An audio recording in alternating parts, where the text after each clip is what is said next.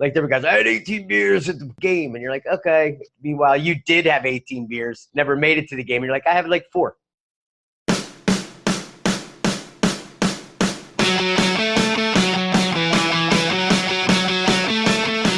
Welcome to Self-Made and Sober. I'm your host, Andrew Lassis with selfmade-coaching.com.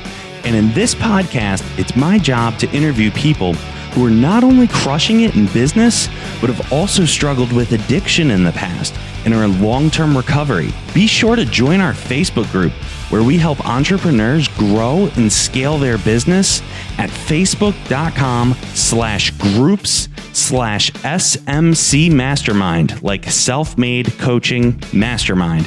I hope you enjoy the show, and be sure to subscribe and rate the show afterwards so you can get notified each Friday when we put out a new episode. And with me today is comedian Matt Gallagher. Matt has a hilarious special on Amazon right now. It's called Matt Gallagher, A Stumble in the Woods. And Matt's best known for his comedy career, which started in New York in Sobriety. Matt, welcome to the show. It's great to have you. Thanks for having me. When I was listening to the special, I was just like, man, this guy is just nailing it. 10 minutes in, I was like, Jesus Christ, this guy's on fire. It's so cool to listen to you. Why don't you give us a little background on, how everything started, and, we can get into your sobriety and things like that. But what's kind of the background of Matt Gallagher? Thanks for watching the special, by the way. You sent me a text, and that made me happy. Yeah, that special is really kind of my story. Both sides of my family were Irish Catholic bar owners back east. My mom's family had a bar called the Erin in Atlantic City, and my dad's family had a bar called Gallagher's in South Philly. I had 6 sisters. I was the only boy, Irish prince. Drinking wasn't it was expected, and I felt lost as a kid. I mean, I had all girls running around the house. I was like, just in my own dream world, felt confused all the time. Didn't understand the real religious people in my family. And man, once I started drinking, it was like, here we go. And I made that my identity. I'm like, this is my thing, I'm the guy who drinks. And the guy you wanted to, when I went to parties, it was like, you're so different than when you're at school. And it's like, yeah, I'm sober and scared at school, and then, I'll dance and tell jokes and act crazy. And that worked for me. That gave me some kind of identity. I was never allowed to drive. I think I was a designated driver once, and I got hammered and threw the keys, and my friends were like, you're never going to drive again. But I always had a keg tap, and I would always challenge people to I practiced doing rip cords when I was a kid in the basement, because my sisters were much older than me. And I really did make it my identity. This is who I want to be. I loved being in the bars and seeing people like my uncles and the guys who, had the big red noses and these great war stories and just were able to hold court. And I was like, that's what I want. I was never someone who was like, man, I want a big fancy car. I want to have, clothes or this. I wanted to be somebody who could hold court and walk into a room and people go, hey, and that, had immediate downsides. My high school memories, I wrote, I did what? I was blacking out from a very early age. And I, went to go to college and in Boston, and I had 13 alcohol violations in 3 months. I didn't get it. You know what I mean? I was like, I'm in college. Of course I'm going to drink in the shower. I'm going to walk, have beer at breakfast at the mess hall. They were just writing me up left and right. And I was just I got more freedom at home. You know what I mean?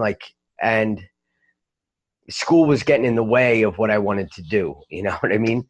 And I dropped out of school and I went back to New Jersey, and, things get real then.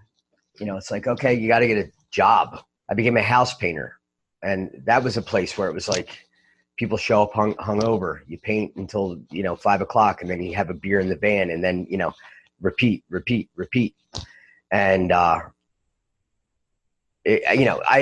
was also a thing where my drinking was getting in the way of that. It's hard. I fell off a roof, one time I was just from being like hungover and lazy, one time because I was still a little buzzed. And I felt trapped, and I was just drinking with abandon. And that was some of the times when I started, like, morning drinking was like a joke. You know what I mean? It's like, hey, hair of the dog. And that's when I kind of started, having a beer with breakfast a lot, and, lunch break beers. And I was working basically to make sure I had cash in my pocket to get a 12-pack right after work and let the chips fall where they may each day. And then I decided, or a guy asked me, he's like, do you want to get out of this town? You want to go west? And I'd never been west of Philadelphia. And I'm like, yep, let's go. So I ended up in Arizona. And, the way I was brought up, like Irish Catholic, drinking was encouraged and, like, expected. I remember people saying, like, people don't drink aren't any fun. And I didn't know anything about sobriety or anybody not drinking. But a couple times my parents would say stuff to me, like when they knew I was, hitting it a little harder than the average Joe. They're like, your uncle's liver exploded in South Philly in cirrhosis, and that's how he lost the bar. I was like, okay. And then, you find other little tidbits, about people who died from alcoholism. So I go to, but drugs were not an option. Like that, the idea was if you drank, great. If you did drugs, you should go to jail. You should be boiled in oil. And then I had a couple cousins die from drugs. This was like during AIDS, when the AIDS epidemic hit. Some people got, I had two cousins who were, whatever that, the effects of that. But I moved out west, and I'm 20 years old. I had started bartending when I was 19. I had a relative get me a job at a dive bar. So I go into the nightclub business, and this is like a whole new world for me, because I'm like a bar back in a nightclub in Scottsdale, Arizona. And it's like, it's not working class New Jersey at all. It's a lot of, breast implants and tanning salons and guys in suits. And I was like, wow, like what is this world? And I was making money. I had friends. I was drinking. I was smoking pot at that time, like, 20 years old, smoking some pot. And I, like, literally one night, of all my things, like, I'm never going to do drugs, the guy turns to me, he goes, like, sniff. And I went, and I snorted some Coke. And, I didn't burst into flames. I was like, hey, this is so bad, And I also knew that I was still driving, you had to drive everywhere. And I was starting to black out all the time. And I was scared of DUIs. And my brain said, you got to find ways to stay alert and awake. And that led me into powders. It was not a tough leap to make. You know what I mean? Like, all of a sudden it was just like an added thing to my drinking regimen. So short time after that, I met a girl. I think you saw the special, it turned out she was, yeah, she was she was like a specialty stripper, an escort. And I met her because one of the doorman's girlfriends did crystal meth. And they were in a fight, and I was up with her late at night drinking, and she's like, do you want to try this? And I thought it was Coke, and I did some speed. And I was like, holy man, I can drink as long as I want on this stuff. I needed it. Like, I was like, I got my beers. I got to find some of this because I'm going out. And then I found a girl who sold it, and I was dating her, and it became an everyday thing for, pretty much 6 years, 7 years, something like that. And, that really took me down as far as, at least when I was drinking, occasionally I'd pass out and sleep for 6 hours, but you add that to it, and you do 3-5 day runs where you're drinking ungodly amounts and you're just not sleeping. You start to go crazy, and your life looks crazy, and you get into crazy situations.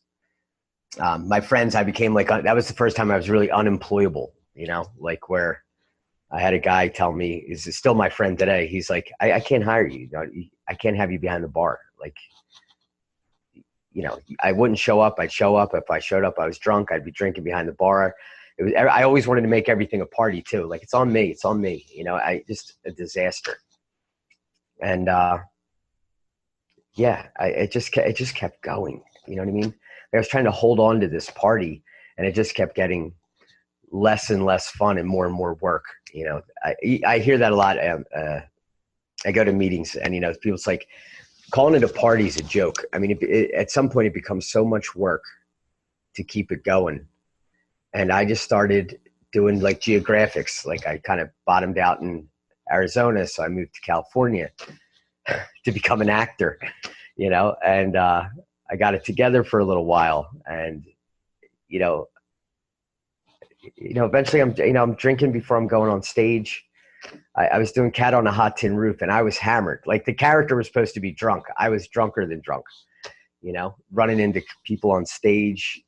It was just, I couldn't not drink. And, when I look back on it now, it just seems like a blur that had to happen the way it did. Like, it just, I had to be shown everything. Like, if something went right, I drank and I destroyed it. If something was going wrong, I just kept making it worse. I was just, calling the airstrikes in on myself. I mean, I graduated from acting school, and I got a pilot for a show, with somebody who's pretty well known. And I mean, I just destroyed it. It was a mess. I'd go into meetings after being up for 3 days, having a drink in the parking lot, and then be shocked when they weren't excited to, talk about the future. They're like, all right, see ya. And I'm like, Hollywood. And then, LA was the problem, and I moved to New York. And then, New York is where I really, really hit the ground hard as far as, I didn't have to drive anymore. I got a bartending job 2 blocks from my house. There was a drug dealer working at the restaurant. I mean, like, all the elements were there for me to have a nasty bottom. And I did, I got fired. I was getting kicked out of all the local bars right around my house. Like, I had to make bigger circles to find places that, were okay with the way I drank. And, I got suicidal, and, I had a suicide attempt. And, I made a call on the blackout. And the next thing you know, my family, my sister and her husband came and got me and took me to rehab. And that was in 2001. And my life, completely changed after that. It was. So when you reached out to your family, was this just a random occurrence, or had it just kind of clicked for you that just, I can't keep doing this? What's going through your head? My family was aware. Like, times when I would go home, I was just, they were like, it was obvious. Like, I'd come home 25 pounds less than I was the last time I was home. One time I stayed at my sister's house. She put a portable fridge next to the couch and just stocked it full of beer. And I put on like 13 pounds in like 8 days. I just slept on the couch drinking beer. And one of my sisters had me go to a meeting with a therapist. She's like, while you're home, why don't you meet my friend? And, the therapist was like, how much do you drink? And I was trying to like make it sound okay. And, like, how many days do you drink? Well, I'm like, I drink every day, but, blah, blah, blah. And like, how much? And I was like, every day, yeah, but like just, like with dinner, yeah. With dinner, everyone blacks out at dinner. Come on. And when you wake up and at work, everyone does that. I mean, like, as I'm talking to her, she's just like, also, you could just see the wheels going, alcoholic. And, like, how much do you drink? And I'm just like, 6. I was like halving everything, or, making it sound palatable. Which It's is like, still on those checklists of like yeah, yeah, how much is too much to drink. Like if you do yeah. 5, it's like a disaster. And it's like, what do you mean if I do 5? Like you mean in the morning or the Oh, afternoon? Like I didn't even understand those questionnaires. It was just like all of this is just sort of normal. Like what do you mean? Do I drink more than 5? Do I drink every day? Like what are you supposed to do? Just not yeah. do that? Like that doesn't even register when I'm out there. Like in hindsight, you look at it and you go, like, you kind of know you're an alcoholic if, especially when you're younger, like the guys, when they're lying about how much they drink and adding numbers to it, and you're cutting it in half, like you're like on a different path. Like there were guys, I had 18 beers at the game, and you're like, okay. Meanwhile, you did have 18 beers, never made it to the game, and you're like, I have like 4. You know? Yeah. Yeah, I I'm had fine. a doctor once. The Yeah. doctor had said to me, "Do you think I had a seizure and I was in the hospital?" The doctor comes and he says, "How often do you drink?" And I said, "About 8 times a week." He says, 8? And I say, "Yeah, well, I drink every single day, but on Sundays I wake up early to watch football, blackout, wake up and get drunk again for the 8 o'clock game. So I get drunk twice on Sunday." He's like, "Wow, that's a lot." I was like, "So what should I be shooting for? Like someone in my level, like maybe 4 or 5 times a night?" He's like, "Do you do it by yourself?" I was like, "What kind of question is that?" Of course I do it by myself. Yeah. He's like, "Maybe just in social situations." I was like, "I don't get those. What am I supposed to do?" Yeah. I tell people, like, people think they drink a lot who don't have this. And they're like, try and drink with you for a night. And I'm like, good job. Do it. Let's do it 10 times in a row. You know what I mean? Like the commitment to it shows you that there really isn't an option. Like nobody would do that to themselves. People who are trying to get, I was like the go-to guy to call, like if you were just got out of a relationship, or like, you were having a bad day. People would call me like, what are you doing? I'm like, oh, come on in. You know what I mean? Just jump on, you know what I mean? Destroy yourself for a day. And then they go away like, I'll see you, I was the last person girlfriends wanted their boyfriends to call, you know what I mean? Just because there, it wasn't like I was going to be it wasn't like debauchery, whorehouse and stuff like that. It was just like, who knows when they're coming back, you know? But yeah, with the time when I called my sister, so I was in a position where I wanted to stop drinking and I couldn't. Every day I'd wake up and be like, I'm not drinking today. That's it. And, it was, I'm never drinking again. I'm not drinking for a year. I'm not drinking for a month. I'm not drinking this week. I'm not drinking till dark.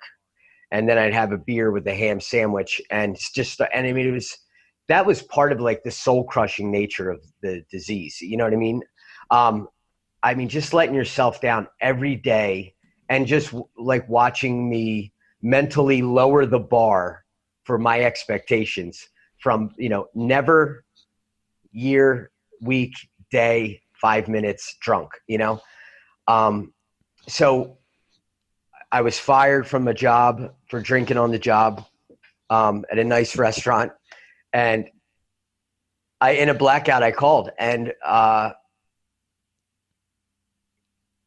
once that chain of events happened, I kind of had to hold on for it because I didn't want to disappoint my sister and her husband. They were like, we're coming. There had been a suicide in the family the year before with someone who couldn't get sober. And so I was like, all right, I'm going to try this out. Like I have no options anyway. Like I can't pay rent. I can't get out of the house. I don't have enough money I was collecting coins from my house. So I wasn't doing laundry. And I was getting this malt liquor that was like, it was literally like $1.09 at the corner store in Manhattan. And that's what I was like basically living on.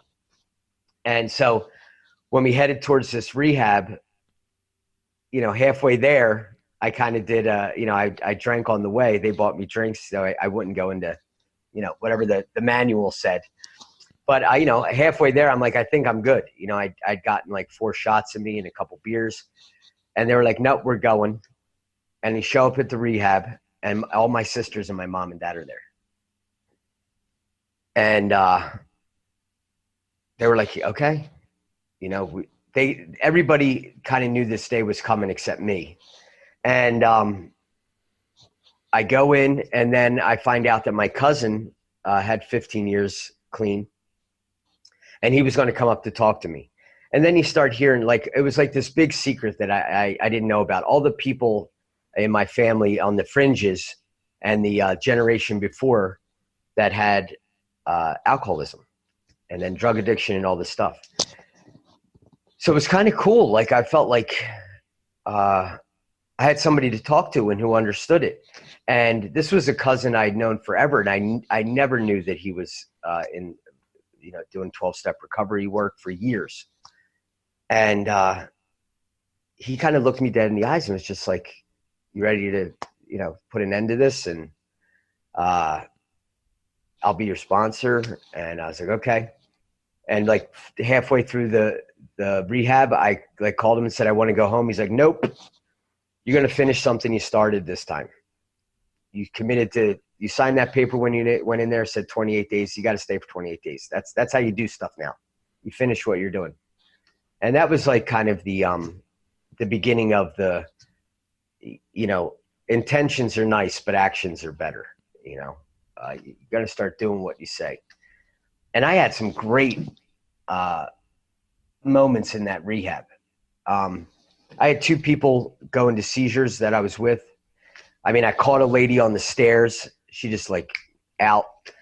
And there was a lady who like, we're doing like a walk around the like garden or something. And she started seizuring, and I got her. And like, so that made it crystal clear that like, this is serious.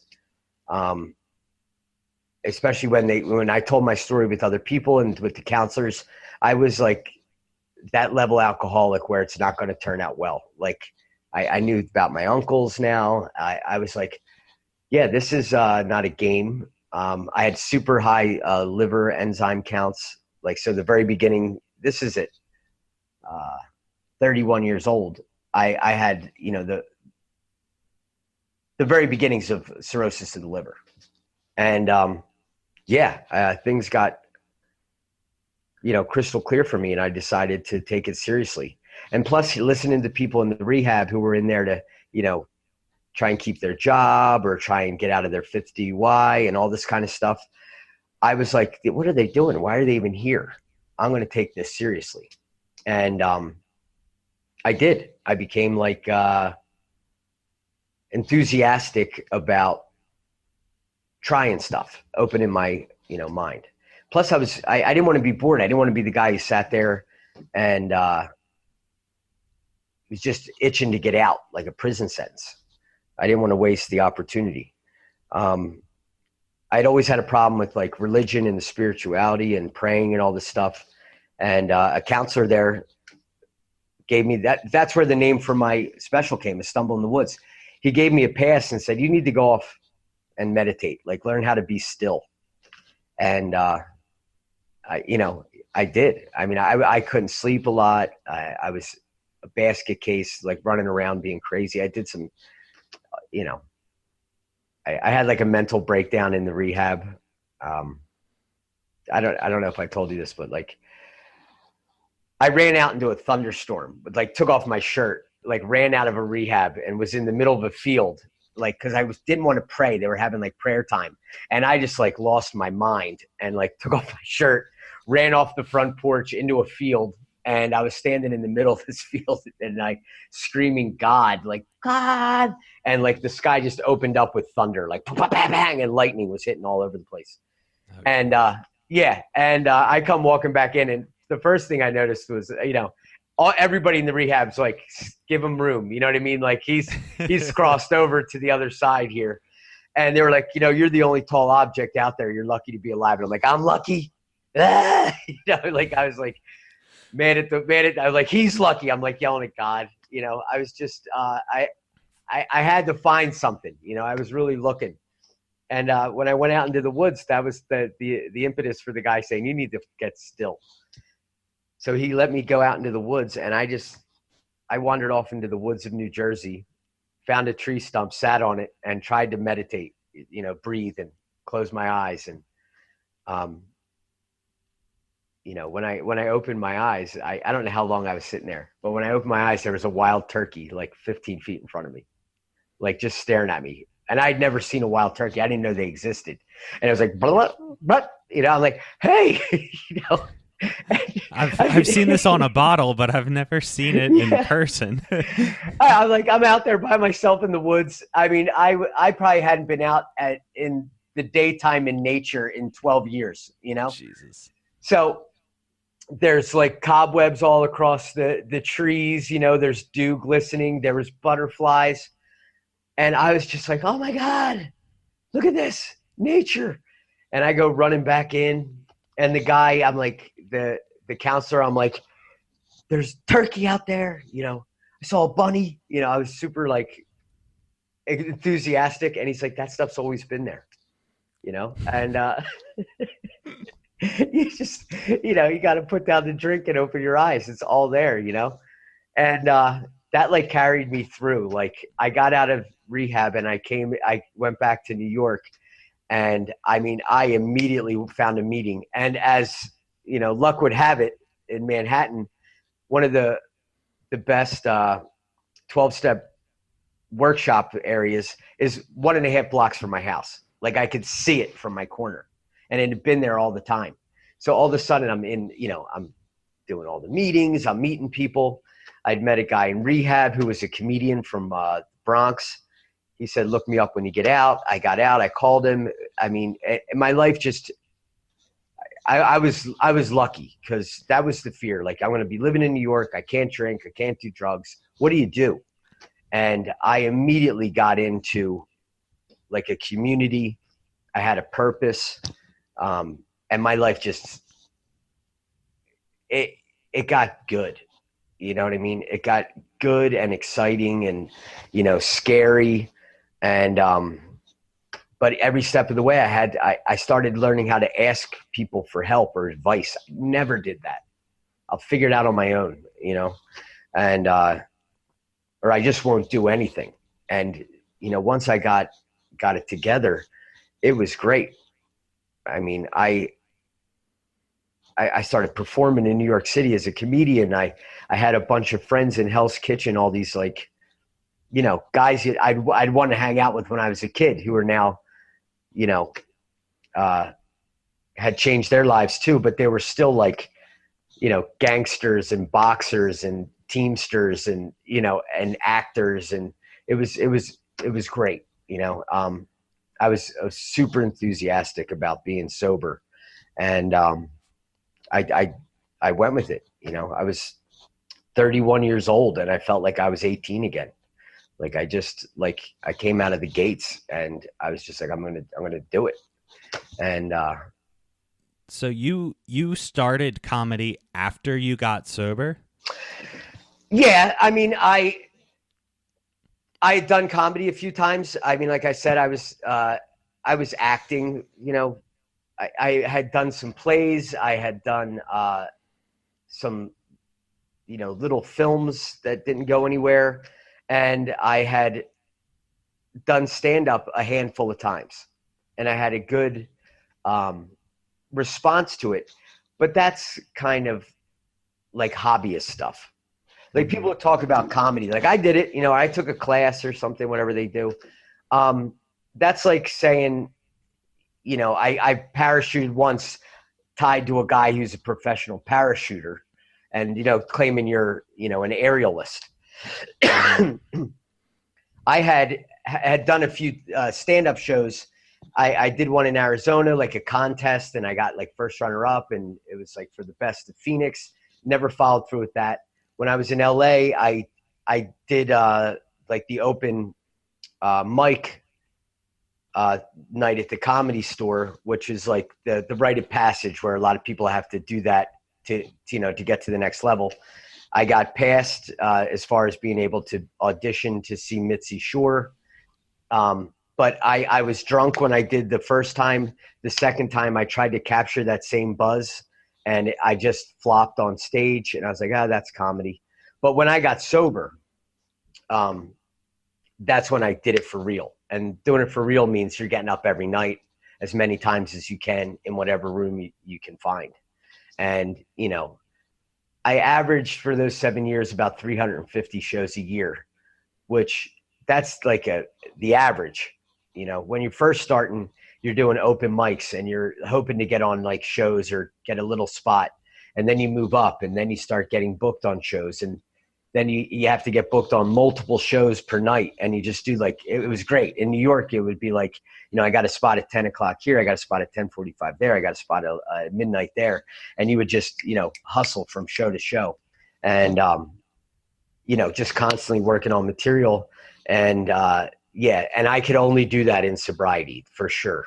The last show I did before I went into rehab, I blacked out. I don't remember the show because here's an excuse for you. I was supposed to go on second and they bumped me to like 10. So, I was nice and buzzed at the beginning. By the time what are you going to do for the next 8? Yeah. So am I supposed to sit here like a chump and not drink while I'm waiting? Is a beer per comic a good average? You know what I mean? Yeah, exactly. What are you supposed to do? Just stop? Yeah. It's not even an option. Although for normal people, from what I understand, that actually is an option. You can just, I just got to wait. Okay. Yeah. Restraint. You know what I mean? Like I feel good and I want to feel better. So, or I'm nervous and I don't want to be nervous, whatever it was. It was at Gotham Comedy Club. It was a great comedy club. And I use her name all the time. Jessica Kirsten was at the time the person running that show. She's a big comedian now. And I went on stage and, my style then was to kind of just, be me at a party. You know what I mean? I was just talking nonsense and, throwing in little, very physical. And she called me when I was in rehab. She didn't know I was in rehab. She's like, you had a great show. Somebody asked me to recommend some comedians for a new club that's opening up in Midtown Manhattan. And I thought of you. And I'm like, well, I'm in rehab. When I get out, can I go? And she's like, yeah. And so I got out of rehab and this is how great this was. This new club was on 46th Street. I lived on 48th Street and they needed people there all the time. So now I'm like sober. I got the meetings 1 block over. I've got a brand new comedy club 2 blocks south of my house. And they're like, you can perform as much as you want if you're working here. So now I'm like, it became my life. And I did more shows in that amount of time than it would almost be physically impossible to do more shows because they had 2 showrooms and we were doing 6 shows a night and they would let me be on all 6. Wow. So, I mean, I would go to showroom 1 and open the show, run the showroom 2, be the third person on, run back, it was amazing. And, then I outgrew that club and I started performing at, better venues in Manhattan. And, it was amazing. You get to go up, I'm going on between David Tell and Jim Gaffigan, like I was moving up the level, moving up the hierarchy there. Wasn't like a big comic, but I was a New York comic and I was getting paid to do spots. And that was like my goal, and I'm racking up years clean, you know what I mean? And having to do things to take it to that next level. One of the things I didn't like was being on the road, it's one thing to have your nice little comfortable area and all the people you need to in your, herd. And, but those were the times when like things got tested. It's like, okay, you're going to spend a weekend with a sex addict, drug addict, comedian sharing a condo in the middle of nowhere. See how comfortable that is, And I quickly realized I didn't like being on the road. I didn't like being away from my, my sponsor, all those things that made me feel comfortable and safe. So how did you get through times like that with the temptation and things like that right there? What were some of the strategies that you were using to get through it? Brownies, milkshakes, walks. I mean, I remember walking and I used the phone, that was a habit that really has paid off for me is that I would call people. And I really feel that you can't call people when you've got all the guns pointed at you and you're handcuffed. That can't be the first time you make a phone call. The fact that I talk to people almost every day in my neighborhood, and if I wasn't there, I would call. say, hey, what's up? What's happening? That made those times when I felt like, man, I am uncomfortable. And I'm uncomfortable to the point where I may do something stupid, that I would make a phone call. And it wasn't like the phone didn't feel like it weighed 1,000 pounds. I was like, hey, Steve, this guy is smoking weed in the next room and he just wants to keep talking and da-da-da. And I'm just, I just want to get the hell out of here. And he's like, well, you got a show tomorrow, right? I'm like, yeah. And he goes, is there a diner? I'm like, I think there's one. He goes, go for a walk, and he would just talk me down. You know what I mean? And I was in, I think Providence or Hartford or somewhere. I left this casino to find a diner, and there was only freeway between this casino and everything. So I'm walking on the shoulder of the road. There's no sidewalk. And I'm like walking, down a freeway just to get to a diner so I can be alone, have coffee, just get out of my head. So that whatever it takes attitude, you were taking suggestions, like you said earlier, you were willing to just follow what other people who were successful were saying. And I like also that, you touched on, you got comfortable using the phone and asking for help. Like you were flexing that muscle so that when you really needed it, it was there. And like you said, the phone didn't weigh 1,000 pounds. And I know for some people, they kind of just coast on everything's good, everything's good, everything's good. And then everything's not good. And you've forgotten the things that you did early on that got you to where you were. In moving forward with your career, what's sort of going on down the line? How sober are you around at this point? Oh, I'm in it. Like I am, I had always secretarying meetings. I had gone through the step work, and it wasn't easy. Like I came out of the house one time on 48th Street, pretty sure I was going to get a beer, in a panic. Like I can't deal with it. Part of the things when you move up and do things, I wasn't used to dealing with tough moments in life sober. I had no reference for it. So whether my boss yelled at me or someone said, we're inviting you to do this showcase for, casting people or, a comedy festival, and I'd have anxiety. I'm like, I don't deal with anxiety well, the new or the uncomfortable. I walked out of my house and I'm walking, I think down 8th or 9th Avenue. And I'm like, something's going to happen. And boom, like turns a corner. This guy, Bobby, who's since passed, he's like a local legend in Hell's Kitchen. He's a Teamster. He's with a couple other burly guys. Like, you doing okay, my man? And I'm like, no, come with us. Went to a diner. I start telling them what I'm nervous about. They're laughing their asses off and just totally diffused the situation. And that gave me the ability to get through those times where I didn't just pull call the airstrike in on myself again. You know what I mean? Like I just like, okay, it's not that big a deal. Like I can do it. I did things like, audition for the comic strip and, do my first show at Caroline's, go on the road and do radio, stuff like that. Stuff that I'm glad I did, but also it was okay if I didn't enjoy it. You know what I mean? Like there were certain things in the business that I wasn't a fan of. Like, there were some people like, I got 40 weeks booked on the road. And I'm like, that's my nightmare. I'm going to leave Manhattan for 40 weeks and drive everywhere. I hate driving. I hate hotel rooms. Like that's a nightmare for me. So I started becoming okay with what I really wanted, and like what I wanted was, to perform and, start a relationship. At that time, I met my eventual wife. I didn't meet her. I'd known her. She knew me when I was drinking and partying. She's an actress, and she came to New York to do a play, and we reconnected as friends, and it turned into a relationship. So, I was like a full-on grown-up, you know what I mean? Like all of a sudden, I had a girlfriend.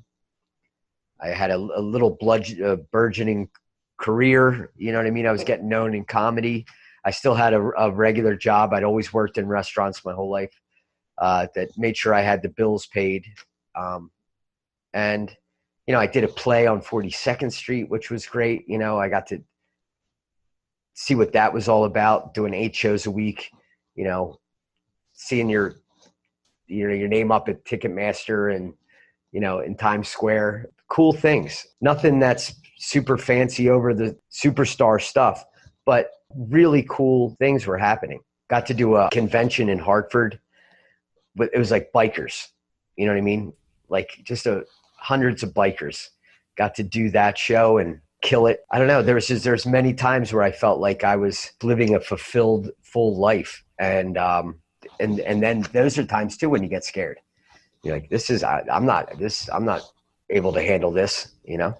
I remember I probably had 4 or 5 months sober, and I remember just kind of thinking like, this is the best my life has ever been, ever. And one of the fears that I know I had, I was just like, when is it gonna crash? When is it gonna crash? And then like month 6 was even better, and then 7 was even better, 8, and then 9 I did my first startup, and then year 1 I started my first like real company, and then that thing blew up multi-millions, and is just like, holy shit. Like I'm just some dude that can't stop drinking, and now all of a sudden I get my priorities straight. I stop drinking, and all those things that used to be getting in my way, it turns out it was just me all along. I've got a million people to thank for getting me to where I'm at, but ultimately I had to put in the work, and it sounds like that was part of your journey too. So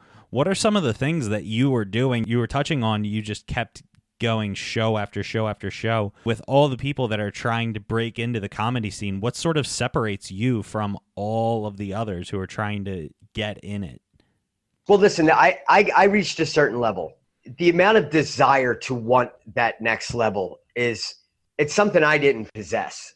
Like I wasn't willing to offer everything up in the name of my comedy career, or, with my acting career, like whatever, insert artist label here. And I didn't have enough self-belief. Like when I would go on, the few times I headlined on the road, like if it wasn't a full house, I felt like a complete failure.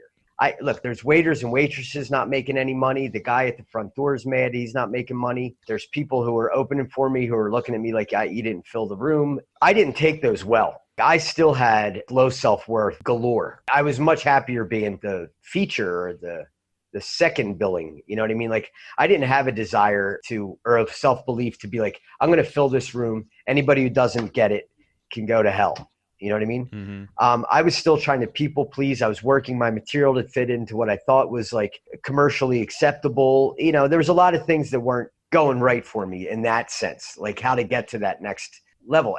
Whether I even wanted to, I don't know. I kept the idea that it's all about creating stuff. Like, so I would constantly be writing material and changing my material. There's people I know for 10 years have been doing a 10-minute set, trying to perfect that 10 minutes. Cause that could be the thing, like back in the day, like this is the set I'm going to do on the Tonight Show, or whatever. And for me, it was more like, I got things going through my head constantly that are trying to make me crazy, and I'm going to get them out every day. So I had build up a ton of material, hours.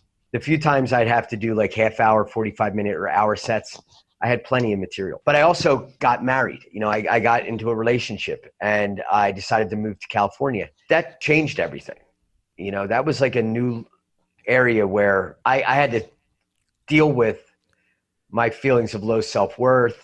I can't do this. And that's when I eventually ended up in a relapse and had to start all over again. You know what I mean? And how much time did you have before you relapsed? 7 years. 7 years. What would you say was the biggest downfall? Was it wasn't just the relationship? Was it new stresses? What do you think led to that? I made the mistake of thinking I was fixed. That's one of the biggest ones I hear. One of the guys in my home group says the scariest words are, "I got this." Yeah. I left New York. And like I said, when I was outside of New York, everything seemed bizarre to me at that time. So I'm in LA. Everything's different. People do stuff differently. You can't just walk to your meetings. I don't like that this person has a mohawk, and I found reasons to not go or not stay connected. And then I'd stopped performing because, I had gotten past at the Laugh Factory and the Comedy Store right away when I moved here, which is huge. People spend years trying to get past at those clubs. I got past there, but it wasn't like New York in the sense that they didn't pay a lot. I wasn't getting a ton of shows and I wasn't making enough money. So, now I got a wife. She wants to have a baby. I got new bills. I'd never had a car payment before. I'd lived in New York. So all these bills are coming on me. And the only thing I knew that I'd always done was worked in bars and restaurants. So I start managing this fancy steakhouse. Like I didn't con my way into it. They met me and they knew I knew the business and I was nice with people. So I get this job. And slowly but surely, I'm not performing. I'm not going to meetings. I'm resentful that I'm, working, 60 hours a week, selling people, expensive food and wine. And, one thing leads to another. And I'm tasting wine. It was the atmosphere in restaurants too. That my background before I got sober, I did 10 years in restaurants from dishwasher up through management. In Carrabba's was like my hot spot. Mm-hmm. But at least my experience, and I've worked at plenty of different restaurants, and correct me if I'm wrong, but the atmosphere pretty much in a restaurant is everybody over the age of 23 is pretty much an addict or alcoholic or something didn't go right, has been my experience. Yeah, like I said, I grew up in the business, so I was where I've always felt comfortable. You want to find people to party with and you work at a restaurant, there's going to be someone there who's up for it. You know what I mean? So yeah, it's a target rich environment to use and abuse things. I was able to stay sober for 7 years in New York, working at a restaurant, saw people all around me with, different addictions or abuses. I was able to do it. When I was in LA and I'm the boss, I took away all the things that gave me that defense. Like I wasn't serious about it. I was living in like resentments and fear. And, you get scared and angry enough. A drink will seem like a good idea. Yeah. And and then once I started, it became like a whole new awful kind of bottom. Because first of all, I became a wino, which was never on my radar, becoming a wino. So I'm drinking, garbage wine, bottles of it. But now I'm a father. I couldn't get it together because I was like doing like what they call half measures. You know what I mean?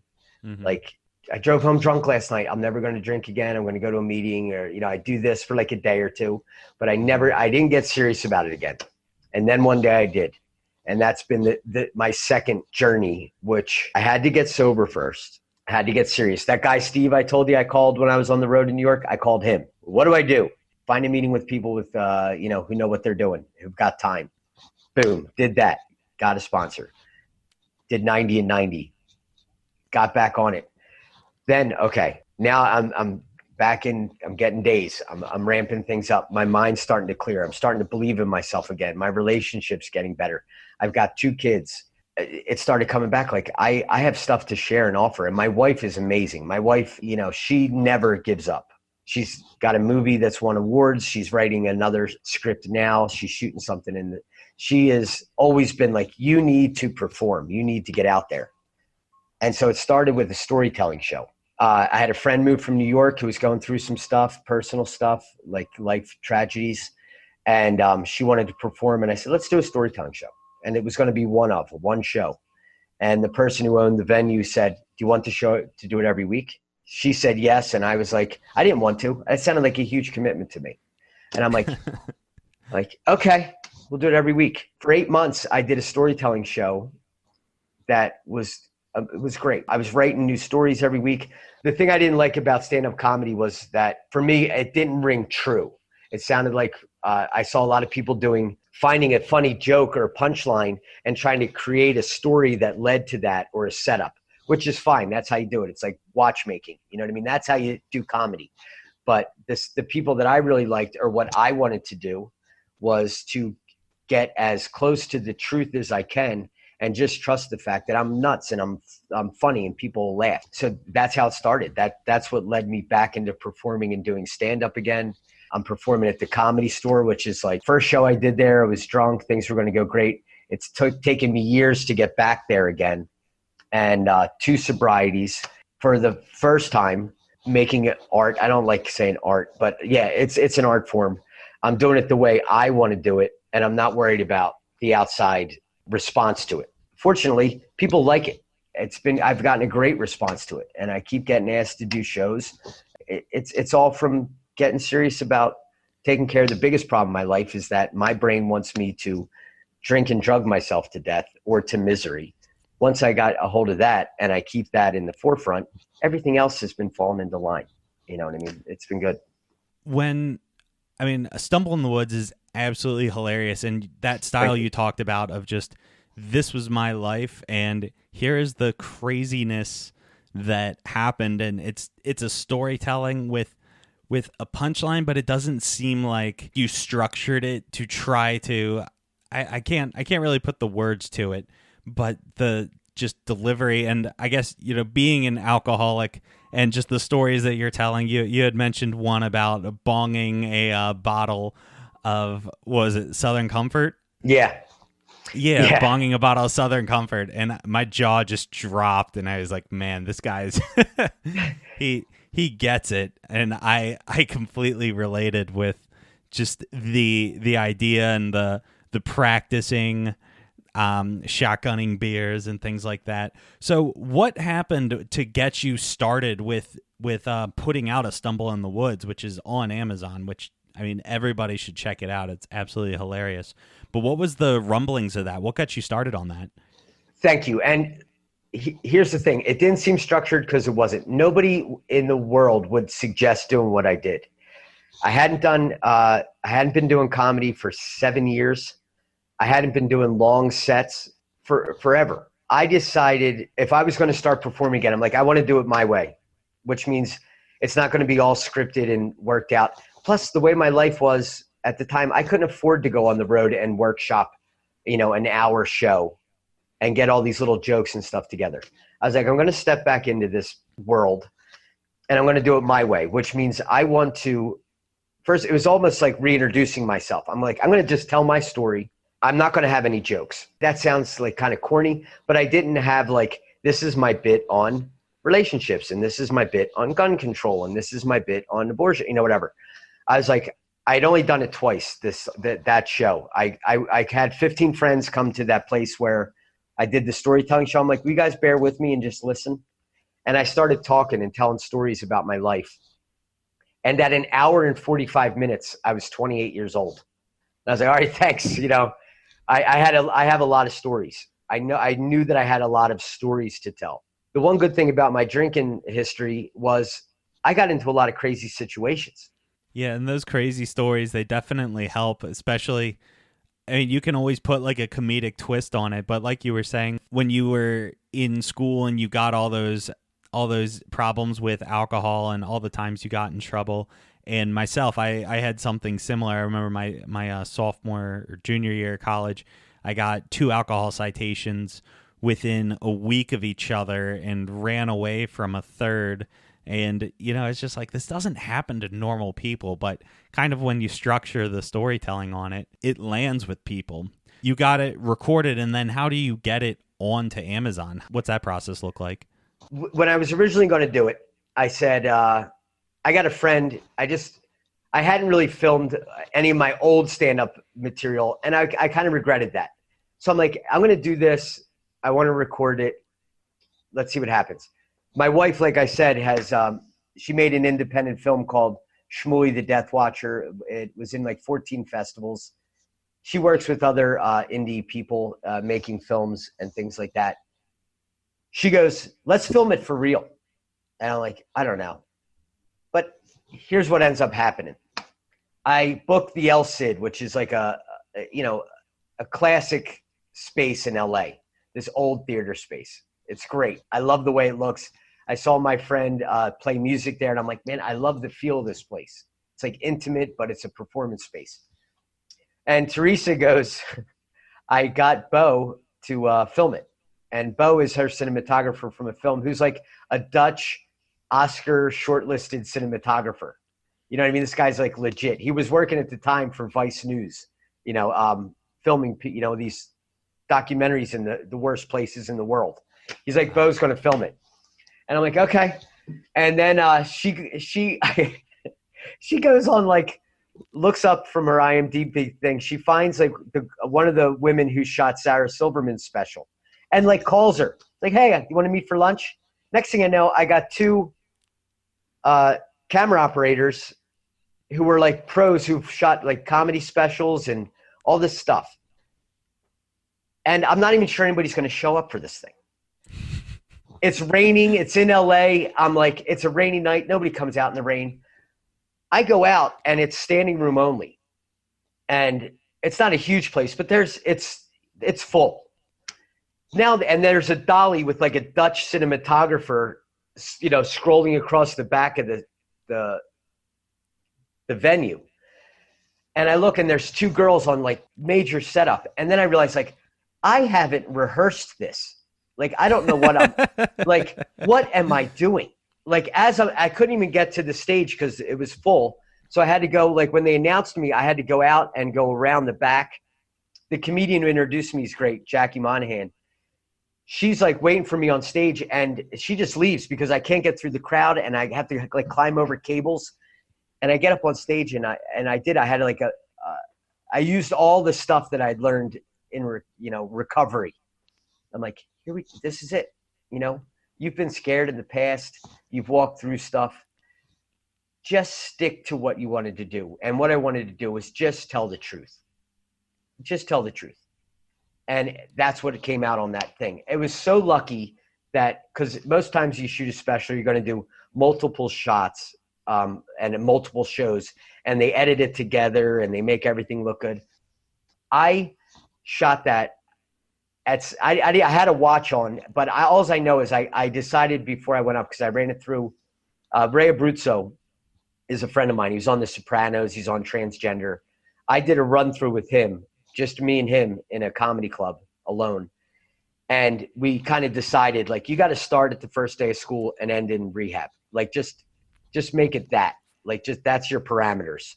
Because otherwise, if I go off on tangents, it'll be a 3-hour show. Everyone will be lost. So that's what I did. I go, all right, start with the first day of school and then end the show when you get your life together. And so that's what we shot. And the editor who was at the show, it's another person, like, you can't believe it. She goes, I'll edit it. And I go, that's be awesome. She goes, I'm doing Black Panther now. When we're done shooting that, I'll edit your special. Jeez. Yeah. Her name's Andrea Maxwell. She's amazing. We're shooting something this summer with her. A story my wife and I wrote. My wife and Jackie wrote. I did a little rewrite on to comedyfy it. You know what I mean? But she goes, yeah, let's do it. And I go, okay. So we get into the editing thing. And she's like, there's a lot of tricks you can do. We can do cutaways. We can take crowd shots. And we both kind of decided, I'm like, I want people to really feel like they were there. And we hardly did any editing at all. We just left it the way it was. And I sent it to people in the business, and they said, you should edit this down to 45 minutes. You should chop it down to a 30-minute special. Take all the juicy spots. Put in some laugh tracks, because I didn't do any cutaways of the audience, and a lot of specials do. So I go to a comedy club, film some shots of people laughing, get some big laughs in there. I'm like, nope, I'm not doing it. And that may have been a mistake, but I know at that moment I was like, I wouldn't feel good about myself if I did that, because I watch comedy specials. People who aren't comedians may not notice it, but I know when that's a fake laugh. I know when that laugh doesn't match that joke. I know if my reason for doing it was to really tell how I ended up being a nice kid who ended up a fall down, full-blown alcoholic drug addict. I want to do it honestly. And so that's what we did. And we got it in on Amazon Prime through like an independent film channel. I couldn't be happier, because it could have easily been like boring, long, this isn't a comedy, and I haven't gotten any of that. If anything, I've gotten like real responses where people remember what I was talking about. It wasn't like a joke that went through their head and they forget, like, oh, I heard this joke the other night. People remember the stories, and they remember laughing, real laughing. And that is the most fulfilling thing that I've ever wanted in comedy. Yeah. And that was exactly my experience with it too. I mean, it's one of those things, and I'm sure if people hadn't recognized it, but a lot of times when you laugh out loud, it'll be in a group setting if other people are laughing, but to laugh out loud by yourself, something has to really, really be hitting you. And when I was watching, I mean, it just nailed me to a T. I absolutely loved it. It was great watching it.